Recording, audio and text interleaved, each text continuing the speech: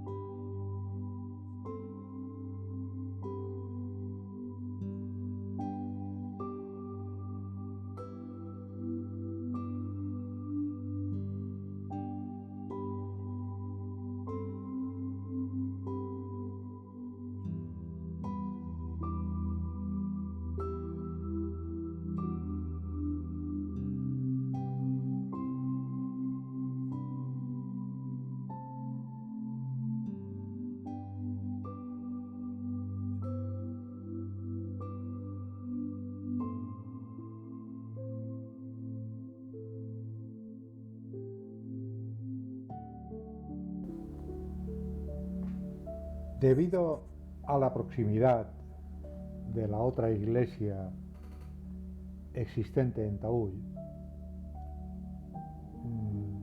no nos ha hecho falta desplazarnos nada más que unos pocos de cientos metros. Ahora estamos en San Clemente de Taúll. San Clemente es la otra iglesia románica de planta basilical perfecta que se encuentra en Taúll. En el Valle de Boí y en la provincia de Lérida, en España, como con anterioridad ya me he referido a la ubicación geográfica de estos parajes. En 1931 fue declarada Monumento Histórico Artístico, bien de interés cultural. Y en el año 2000, Patrimonio de la Humanidad por la UNESCO, dentro del conjunto de las iglesias románicas catalanas del Valle de Boí. La iglesia fue consagrada el 10 de diciembre de 1123. La datación se debe a una inscripción hallada en una de sus columnas, que se conserva en el Museo Nacional de Arte de Cataluña. El año de la encarnación del Señor, 1123, el 10 de diciembre, vino Ramón, obispo de Barbastro, y consagró esta iglesia en honor de San Clemente mártir y puso reliquias en el altar de San Cornelio, obispo y mártir. Su planta de basílica perfecta, con 3 naves, contrasta bastante con la techumbre de madera, sustituido en la época por la bóveda de piedra y ladrillo. Esto podría considerarse como un hecho anacrónico. Por otro lado, la decoración lombarda del exterior sitúa a la iglesia en una modernidad que se había extendido ya por las regiones italianas de Mantua y Verona. El 30 de noviembre del 2000, la UNESCO declaró al conjunto románico del Valle de Boí Patrimonio de la Humanidad. Si bien desde la organización se manifestó el deseo de que en el futuro las pinturas y mobiliario originales de las diversas iglesias fueran devueltas al Museo Nacional de Arte de Cataluña. La planta de esta iglesia es basilical, con 3 naves, con un ábside y a sus lados 2 absidiolos, el que corresponde a la nave central más grande que los otros 2, más una torre exenta situada en la fachada meridional hacia oriente, muy cerca de los 3 ábsides. Las naves convergen ligeramente hacia la cabecera. La estructura del edificio es rústica, con piedra de los muros sin tallar. Estos no tienen ventanas, siendo sus únicos vanos las puertas, la meridional, la occidental y la que da acceso a la torre. Solo se abren huecos en la cabecera. La construcción de la cubierta es muy primitiva y rústica. Las vigas están superpuestas y tendidas de muro a muro, sin atirantar, formando así una armadura central donde se distribuyen las otras vigas que sostienen el techo. En la primera planta se puede apreciar las que usaban la románica y en la segunda dejaron muchos misterios.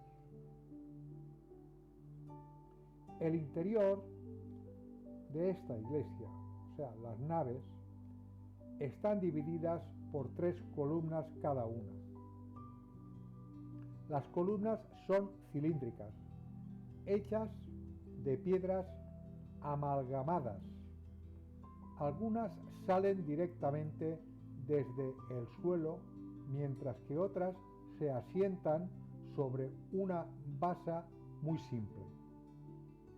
En la parte superior están adornadas con un collarín de esquinillas, típica decoración lombarda, sobre todo lo de exteriores. Estas columnas carecen de capiteles y en su lugar están rematadas con ábacos muy sencillos, sobre los que se asientan los arcos. Sobre los arcos se eleva el muro, que tiene la suficiente altura para dar lugar a las dos vertientes del tejado. La cabecera está compuesta por un ábside central y dos laterales más pequeños. En este caso se ha empleado la bóveda. En las arquerías y ventanas se observa una mejor y más cuidada labor de piedra tallada. Los muros no tienen ornamentación ninguna y solo se ven interrumpidos por los pomos de las puertas. En los ábsides se utiliza una decoración lombarda muy simple y armoniosa. El ábside central está decorado por grupos de 4 arquillos ciegos dobles, separados por medias columnas. Sobre ellos corre un friso de esquinillas, como el que se ha visto en algunas de las columnas del interior. El tramo central tiene una ventana y sobre los laterales hay pequeños óculos. Los absidiolos también llevan la misma decoración lombarda, pero con grupos de 3 arcos ciegos en lugar de 4. Tienen una ventana cada uno. La iglesia estaba pintada originalmente con almagra que la dotaba de un color rojizo. La torre del campanario es cuadrada y está exenta, aunque edificada muy cerca del grueso del edificio. En el ángulo del muro sur, junto a la cabecera, es alta y esbelta, como todas las torres lombardas levantadas en el Valle de Boí. Corresponde al grupo de torres contemporáneas de las italianas edificadas en el siglo XII y que se construyeron mucho más elegantes que las de la etapa anterior.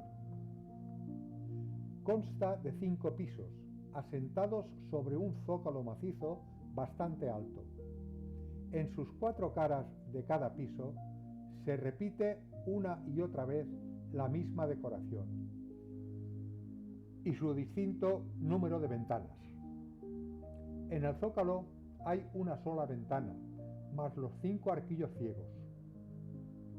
En los restantes pisos cambia el número de ventanas, separadas por unas columnillas cuyos capiteles en forma de zapata están dispuestos perpendicularmente al muro de su torre.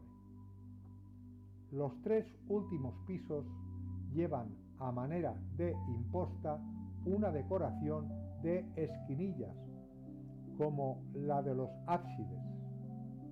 En el piso superior hay incrustaciones de cerámica y colorido distinto de la piedra. Todas las torres del Valle de Boí siguen el canon o proporción de medidas de los minaretes, que consiste en que la altura es igual al perímetro. En el 4º piso de la torre hay una pequeña campana. En su origen, toda la iglesia estuvo revestida con decoración polícroma. Las paredes, las naves, los ábsides y las columnas. Se han conservado a través de los siglos las pinturas del ábside central, de uno de los absidiolos y de las claves de los otros arcos. Estas pinturas fueron expoliadas y trasladadas al Museo Nacional de Arte de Cataluña, para protegerlas y conservarlas adecuadamente. Las del ábside central fueron reproducidas in situ con copia exacta. Los artistas son anónimos, pero el maestro que pintó el ábside central es reconocido en el mundo artístico como maestro de Tahuiz. Se distingue como un pintor muy bien formado que domina las técnicas y que conoce la iconografía que estaba en uso en la época. El otro pintor continuador de la obra en los absidiolos es de menor categoría.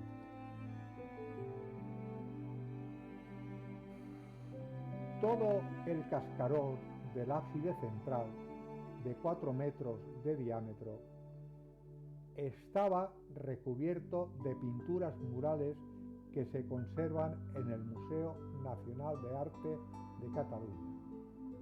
Representan el Pantocràtor metido en una mandorla perlada, sentado en una franja transversal que está decorada con dibujos vegetales. A la altura de sus hombros están dibujadas las letras griegas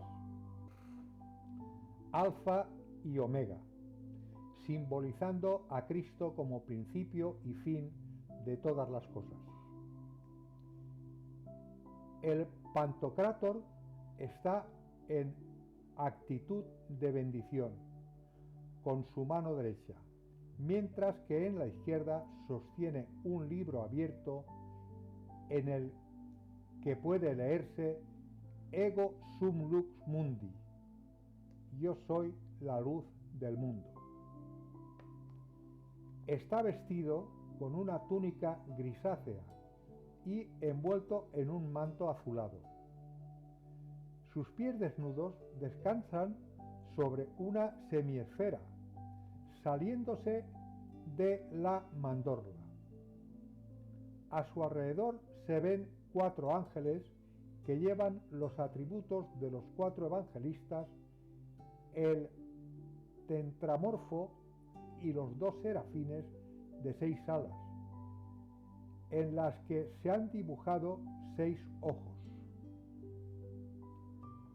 La zona inferior muestra un fondo de tono azulado en el que están dibujadas las figuras de la Virgen y 5 apóstoles, bajo arcos rebajados que se apoyan sobre capiteles foliados. Se reconoce a San Juan Evangelista por ser el único imberbe. La Virgen